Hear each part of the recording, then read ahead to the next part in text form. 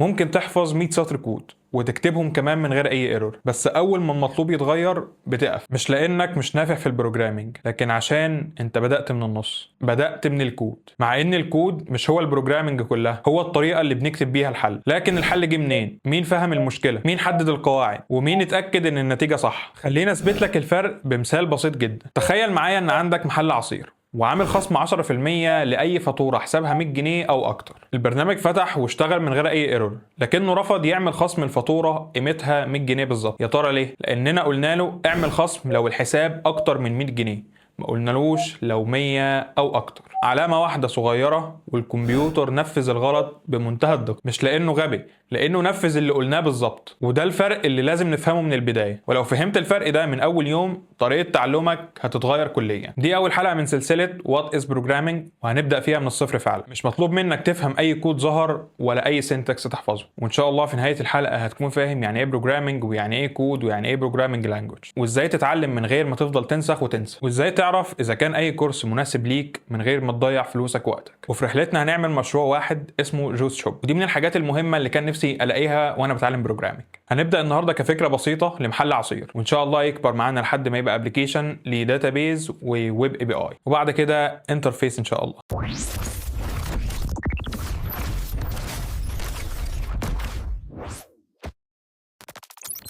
خلينا نبدأ بالسؤال اللي لازم يجي قبل أول سطر كود. يعني إيه بروجرامينج؟ صاحب المحل قال لنا اعمل لي برنامج يحسب الفاتورة ويعمل خصم للطلبات الكبيرة. الجملة تبان سهلة، لكن الكمبيوتر ما يقدرش ينفذها بالشكل ده. يعني إيه طلب كبير؟ يبدأ من 100 جنيه مثلا ولا 500؟ طب الخصم كام؟ 10%، 20%؟ طب هو قبل الضريبة ولا بعد الضريبة؟ هناخد سعر المنتج والكمية منين؟ طب لو المستخدم كتب في خانة الكمية قيمة سالبة أو صفر مثلا، نرفض الأوردر ولا نكمل؟ طب لو الكمية المطلوبة أكبر من المخزون اللي موجود، هنتصرف إزاي؟ الإنسان ممكن يسمع طلب عام ويفهم جزء منه من السياق ويسأل عن الأجزاء اللي ناقصة. الكمبيوتر ما يقدرش يوصل لنية صاحب المحل بنفس الطريقة اللي ممكن الإنسان يوصل لها عن طريق الأسئلة، فلازم نوصل للكمبيوتر سلوك محدد. وعشان نعمل ده شغلنا بيمر بمراحل اكبر من كتابه الكود. اول حاجه نفهم المشكله والهدف الحقيقي، ثاني حاجه نحدد المعلومات والقواعد والقيود اللي ناقصه، ثالث حاجه نصمم حل واضح وبدقه عاليه، رابع حاجه نمثل الحل ده باستخدام الكود، خامس حاجه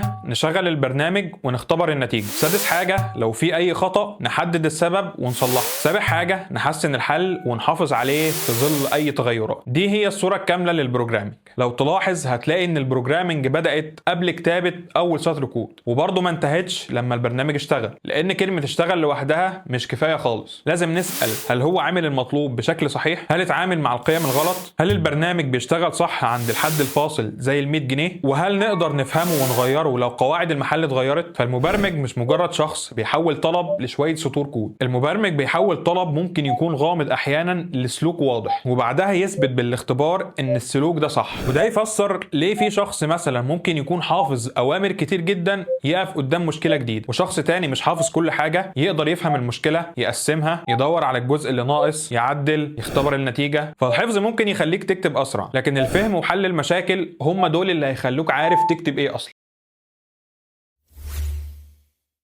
بعد ما نفهم المطلوب ونصمم الحل، محتاجين نمثله بطريقة دقيقة تقدر أدوات الكمبيوتر تتعامل معاه. النص اللي بيكتبه المبرمج بنسميه السورس كود أو الكود اختصارا. لو بصينا على الشاشة هنلاقي ده سورس كود مكتوب بلغة سي شارب وبيمثل جزء من الحل بتاعنا. مش مطلوب منك تحفظ الكلمات أو العلامات دي دلوقتي، ركز في الفكرة بس. في بيانات بتمثل السعر والكمية والإجمالي، في عملية حساب، وكمان في قرار هل شرط الخصم اتحقق ولا لا. فالكود هو تمثيل مكتوب للحل بقواعد لغة برمجة معينة، لكن الحل نفسه أوسع من شكل كتابته. نفس الفكرة ممكن نشرحها بجملة واضحة أو بخطوات منظمة أو برسم أو نكتبها بلغات بروجرامينج مختلفة. طريقة التعبير تتغير لكن المشكلة وقواعدها تفضل موجودة. طب إيه الفرق ما بين الكود والبرنامج؟ سطر أو فانكشن أو فايل ممكن نسميه كود، أما البرنامج فهو مجموعة منظمة من التعليمات والبيانات والموارد متجهزة عشان تتنفذ وتنجز وظيفة. ومنتج سوفت وير كامل ممكن يحتوي أكتر من برنامج ومعاه إعدادات وداتابيز وواجهة واختبارات وملفات تانية. المهم من المبتدئ دلوقتي الكود هو المادة المكتوبة اللي بنعبر بيها عن الحل، والبروجرام هو الشيء المنظم اللي نقدر نشغله علشان يؤدي مهمة. والكود ممكن يقع في أكتر من مشكلة، يعني لو كتبنا الكود بشكل يخالف قواعد لغة البرمجة اللي بنستخدمها حاليا معين ادوات اللغه هترفضه. لكن لو كتبناه بقواعد صحيحه بس معنى غلط هيشتغل عادي، بس هيطلع نتيجه غلط زي اكبر من واكبر من او يساوي. وده بالظبط اللي حصل في اول الحلقه. الشكل مقبول للغه البرمجه لكن المعنى بيخالف قواعد المحل، وده اسمه لوجيك ايرور. علشان كده كتابه كود وتشغيله مش دليل كفايه على ان الحل ده صح.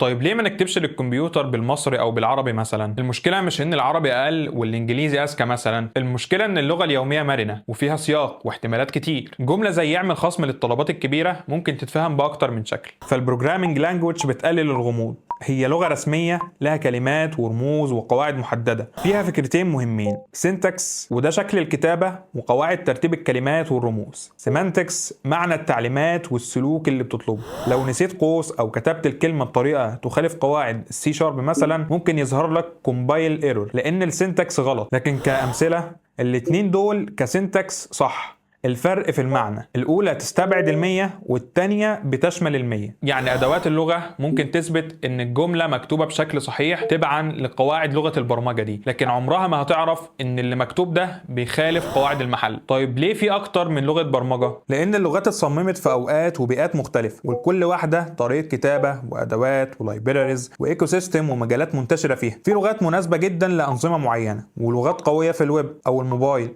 أو تحليل البيانات أو الأنظمة القريبة من الهاردوير. مفيش لغة برمجة واحدة هي الأفضل لكل إنسان ولكل مشكلة. اختيار اللغة بيعتمد على هدفك والبيئة اللي هتشتغل فيها والأدوات والكوميونتي واللايبراريز المتاحة ومتطلبات المشروع. في حالتنا احنا هنستخدم سي شارب، وهنا لازم نفرق بين 3 حاجات ناس كتير بتخلط بينهم. السي شارب بروجرامينج لانجويج لغه برمجه، الدوت نت بلاتفورم اشبه بمنصه عامه فيها اس دي كي وران تايم ولايبراريز وادوات لبناء وتشغيل ابلكيشنز مختلفه. الاي اس بي دوت نت كور ده فريم ورك داخل منظومه الدوت نت لبناء الويب ابلكيشنز والاي بي ايز.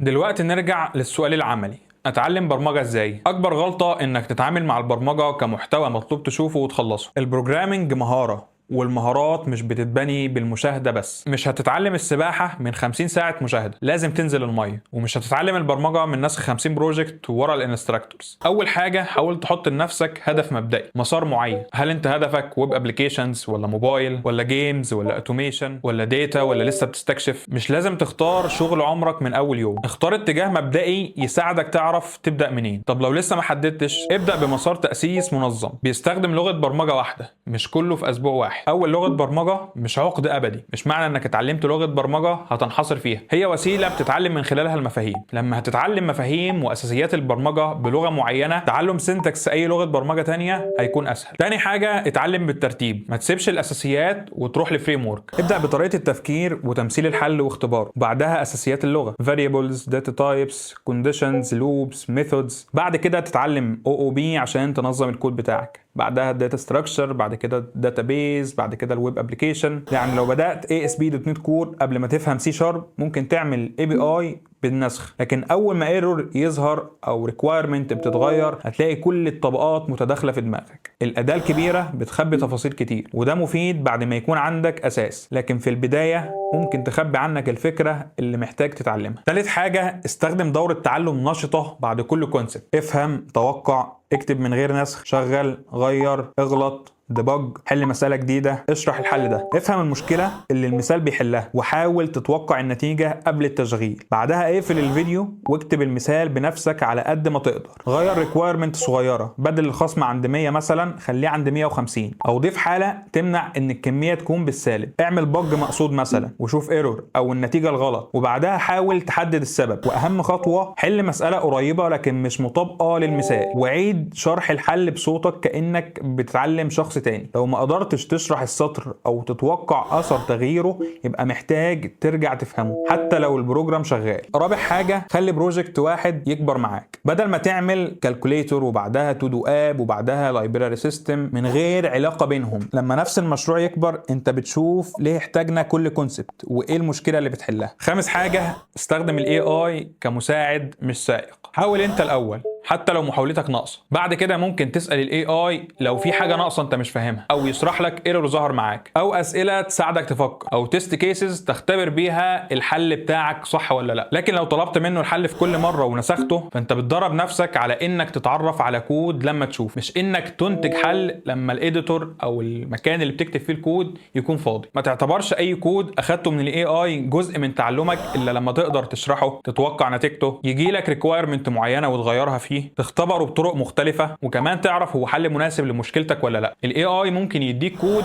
شكله مقنع بس فيه غلط، فتحديد المطلوب والتحقق من النتيجه هيفضلوا مسؤوليتك. سادس حاجه، قيس تقدمك بالقدره مش بعدد الساعات. عدد الفيديوهات اللي خلصتها مش هو المقياس. اسال نفسك، انا اقدر ابدا من قدام شاشه فاضيه؟ اقدر اكتب المثال من غير ما انقله حرفيا؟ اقدر اعدله لما المطلوب يتغير؟ اقدر اشرح لاي حد ليه النتيجه طلعت كده؟ ولما البرنامج يفيل او يقع ابقى عارف هبدا البحث منين عشان اوصل للحل. مش مطلوب منك تحفظ كل كلاس وكل ميثود. المبرمجين بيراجعوا الدوكيومنتيشنز وبيبحثوا طول الوقت. المطلوب تفهم الفكره وتعرف تصيغ سؤال جيد وتقرا اجابه او دوكيومنتيشن، وبعدها تطبق وتختبر. ومش لازم تكون عبقري رياضه علشان تبدا. مستوى الرياضه المطلوب بيتغير حسب المجال، لكن البدايه نفسها محتاجه تكون منطقي، فضولي، عندك صبر وممارسه اكتر من احتياجها لمعادلات متقدمه.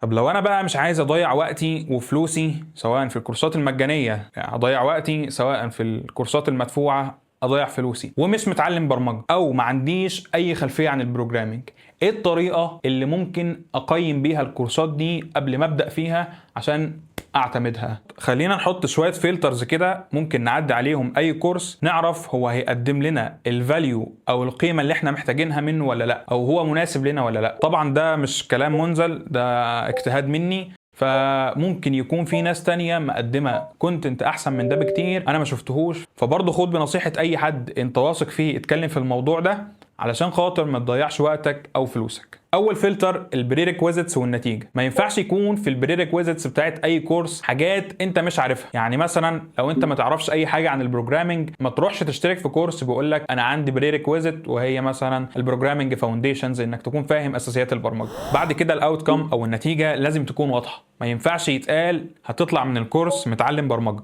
يعني ايه متعلم برمجه؟ برمجه ويب ولا برمجه موبايل ولا برمجه ايه بالظبط؟ مفيش كورس يقول لك انا هعلمك كل البرمجه اللي في الدنيا. لازم يكون في تراك معين في الكورس. هيبدا معاك بالفاونديشنز، بعد كده تتدرج لحد ما تتقن الفريم ورك او نهايه المسار اللي انت محدده لنفسك. الفلتر الثاني، انك تطلع على ترتيب المنهج اللي هيتقدم في الكورس ده. لازم يكون منطقي. الكورس او المسار التاسيسي القوي المفروض يتحرك بيك من الاساس لحد ما تقدر تطبق بايدك. كمثال، اول حاجه يفهمك المشكله وتصميم الحل واختباره. تاني حاجه يتنقل بيك بعد كده لانك تشغل اول برنامج وتفهم بيئه العمل. بعد كده ياخدك للداتا تايبس، الفاريبلز. بعد كده يروح بيك للاوبريتورز والاوتبوت والانبوت. بعد كده تفهم اللوبس والكونديشنز. بعد كده تفهم الميثودز وتقسيم الحل. بعد كده يفهمك الكوليكشنز الاساسيه. بعد كده مرحله التستنج والديباجنج والايرورز. بعد كده في بروجكت محدد يتدرج بيك في تجميع كل المفاهيم دي. مش لازم كل كورس يجمع كل علوم الكمبيوتر، لكن لو كورس للمبتدئين ولقيته ان هو بادئ باستخدام فريم ورك ضخم او اوثنتيكيشن او داتابيز او ديبلويمنت قبل ما يشرح اللغه، فخد بالك ممكن تنفذ خطوات كتير من غير ما تفهم العلاقات بينها. الفلتر الثالث، ان يكون في براكتس حقيقي، تدريب حقيقي عملي. هل في ريكويرمنتس واضحه؟ هل في اكسبكتد ريزلت، نتيجه متوقعه؟ هل الصعوبه بتزيد بالتدريج؟ هل في بروجكتس بتتطلب منك اتخاذ قرارات، ولا كل اللي عليك انك توقف الفيديو تنسخ نفس السطر؟ يعني لو في بروجكت ضخم وانت بتنسخ منه سطر سطر ممكن يديك ايحاء بالانجاز، لكن الاختبار الحقيقي انك بعد ما تقفل الفيديو تقدر تبني برنامج صغير لوحدك او تضيف فيتشر في البرنامج الكبير. رابع فلتر، هل الكورس ده بيخليك تتعامل مع الغلط؟ ايوه صح، زي ما سمعت هو بيخليك تتعامل مع الغلط. اي كورس بيعرض لك اكواد مثاليه، الهابي سيناريو، دايما مفيش ايرورز، مفيش تيستنج، مفيش ديباجنج، اعرف ان هو بيبعدك عن اجزاء مهمه من واقع الشغل. مفيش بروجكت من غير تيستنج او ديباج. هتقولي ده لسه مبتدئ، محتاج ايه من الكلام ده؟ المبتدئ محتاج يقرا رساله الايرور، يحدد المشكله، بعد كده يقدر يحدد سبب المشكله، بعد كده يغير السبب ويعيد التشغيل ويجرب ويغلط ويعيد ويجرب ويغلط، وعلى الاقل يختبر الفيتشرز الاساسيه بتاعه البرنامج، ويختبر الكونديشنز لو في شروط معينه بتتحقق او لا، ويختبر التعامل مع القيم الغلط زي القيم اللي بالسالب او الصفر بيتعامل معاه ازاي في الابلكيشن، وهكذا. الهدف برضو مش ان الانستراكتور يعمل ايرورز كتير، الهدف انه يفهمك انت ازاي تتعامل مع الايرورز لما تظهر لك. خامس فلتر سامبل ليسون، انك تشوف درس حقيقي من جوه الكورس مش بس الانترودكشن. اختار سامبل ليسون فيها كونسبت وكود فعلي، وبعدها اسال هل فهمت احنا بنحل مشكله ايه؟ هل الانستراكتور شرح ليه استخدم الاداه دي؟ هل طلب مني اتوقع النتيجه؟ هل في تمرين اعمله قبل ما اشوف الحل؟ هل اقدر اغير جزء صغير من المثال بنفسي؟ اسلوب انستراكتور ممكن يكون ممتاز لشخص ومش مناسب لشخص تاني، فالسامبل ليسون بيختبر التوافق بين طريقه شرحه وطريقه تعلمك، مش مجرد جوده صوته او تصميم الفيديو. يعني ما تحكمش من فيديو الانترودكشن وتثبيت الاديتور او البرنامج اللي هتكتب عليه الكود بعد كده. سادس فلتر ان المحتوى بتاع الكورس يكون قابل للتطبيق حاليا، ما يبقاش كورس قديم مثلا. المفاهيم الاساسيه عمرها طويل، لكن الاس دي كيز واللايبراريز والفريم وركس بتتغير مع الوقت. كورس قديم مش معناه تلقائيا انه سيء، لكن لازم تعرف الاصدار المستخدم بتاع الفريم ورك او التول اللي موجوده في الكورس دي هل لسه مستخدم ولا لا، وبناء عليه شوف اذا كان الانستراكتور عمل ابجريد للمحتوى بما يوافق الابجريدز الجديده بتاعت التول او الفريم ورك ولا لا. راجع المنهج كويس وجرب سامبل وشوف التمارين والنتيجه العمليه، وما تضيعش شهور بتدور على كورس مثالي 100%. اختار بدايه قويه تحقق الاساسيات، ابدا وقيم نفسك بالتطبيق. ولو اسماء الموضوعات نفسها غريبه عليك تقدر تبعت لتشات جي بي تي او اي اي تول تساعدك في انك تفهم الحاجات دي وترتيبها مظبوط ولا لا. ولو قدرت اسال حد شغال واقدم منك في المجال وان شاء الله يفيدك. خلينا نلخص الحلقه عشان ما نتوهش. البرمجه او البروجرامينج هي العمليه الكامله، نفهم المشكله، نصمم الحل، نكتبه، نختبره، نصلح اخطائه ونحسنه. الكود هو التمثيل المكتوب للحل بقواعد لغه برمجه معينه. لغه البرمجه هي لغه رسميه لها سينتاكس ومعنى محدد للتعليمات. الحلقه الجايه هناخد طلب صاحب محل العصير اعمل لي برنامج يحسب الفاتوره ونحوله لحل محدد خطوه بخطوه. هنعرف يعني ايه الجوريثم وازاي نحدد الانبوتس والاوتبوت والرولز والكونسترينز قبل ما نكتب اي كود. اتمنى الحلقه تكون عجبتكم، اشوفكم الحلقه الجايه.